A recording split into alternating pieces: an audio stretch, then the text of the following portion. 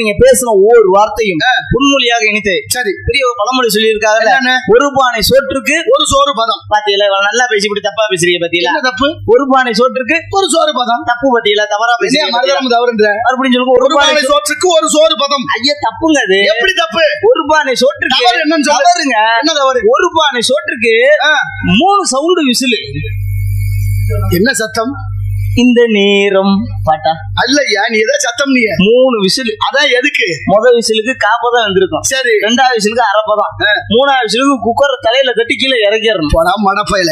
உனக்கு தெரிஞ்சது அவ்வளவுதான். நீ சொல்றீங்க சரி. ஒரு பானை சோற்றுக்கு அதுக்கு தானே அந்த பழமொழி. ஆமா. நீ சொல்றது குக்கர்னு ஒண்ணு சொல்ற தானே? ஆமா. அதுக்கு இந்த பழமொழிக்கு பொருத்தமே இல்லையே. இந்த 2 சாப்பிட்டா அதிகமா புற்றுநோய் வருதுன்னு கண்டுபிடிக்கப்பட்டிருக்கு.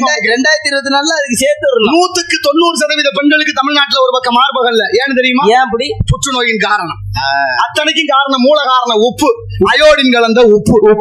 கூட உப்பா இல்ல இந்த நாட்டுல. அப்புறம் எப்படி? அத்தனையும் நஞ்சா போச்சு. ஆனா நஞ்சா போனாலும் பரவாயில்லன்னு மக்கள் வாங்கி சாப்பிடுற அளவுக்கு நீ ஏளனமாயிருச்சு. ஈரோடு மாநகரம் மஞ்சளுக்கு பேர் போன மாநகரம். மஞ்சளுக்கு பேர் போன மாநகரம். ஆனா மஞ்சள் நகரமான ஈரோட்டுல தான் புற்றுநோய்க்கு முதலிடம். தமிழ்நாடுடைய ஆய்வு உனக்கு. அதை விட இப்ப நேத்து முந்தானா ஒரு கூட்டம் போட்டு நடத்திருக்காங்க. என்னன்னு?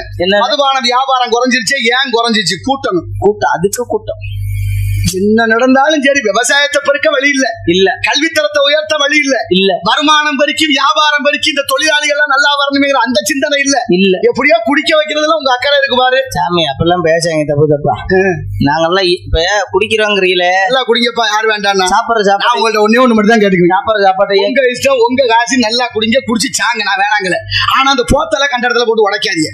நாளைக்கு நீங்க மிதிக்கலாம், உங்க உறவினர்கள் மிதிக்கலாம், உங்க சொந்தம் பந்தம் தாயோ உள்ள அக்கா தங்கச்சி மிதித்தால் விளை பண்ணாங்க. நம்மளை விடு. ஆடு மாடு நடக்க நீதி இருக்கா? இந்த தமிழ்நாட்டுல பூமியில பாட்டில் போடாத இடம் இருக்கா? பாக்கி இருக்கா? சொல்லு பாப்போம்.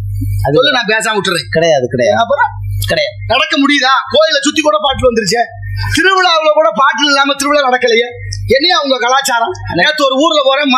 மாரியம்மனுடைய முளைப்பாரி உற்சவம். சாமி முளைப்பாரியை தூக்கி வந்துகிட்டு இருக்காரு. முன்னால 25 இளைஞர்கள் ஆடிக்கிட்டு இருக்காங்க. நல்ல விஷயம். சரி, உள்ளபடியே நல்ல விதமா சாமிக்கு ஆடுறா இருக்குன்னு பார்த்தா கடைசி 50 பேரும் போதையில ஆடுறேன். கேவலம் இல்லையாடா இது? இல்ல கொடுத்த காசுக்கு அப்புறம் இப்ப நான் கேக்குற அருவமொழி ஜூஸ் உங்க பக்கம் வர்றேன். முந்தா நாள் கோயில் பட்டி பக்கம் சாமி தூக்கி சாமி படுகளத்துக்கு சாமி வருது.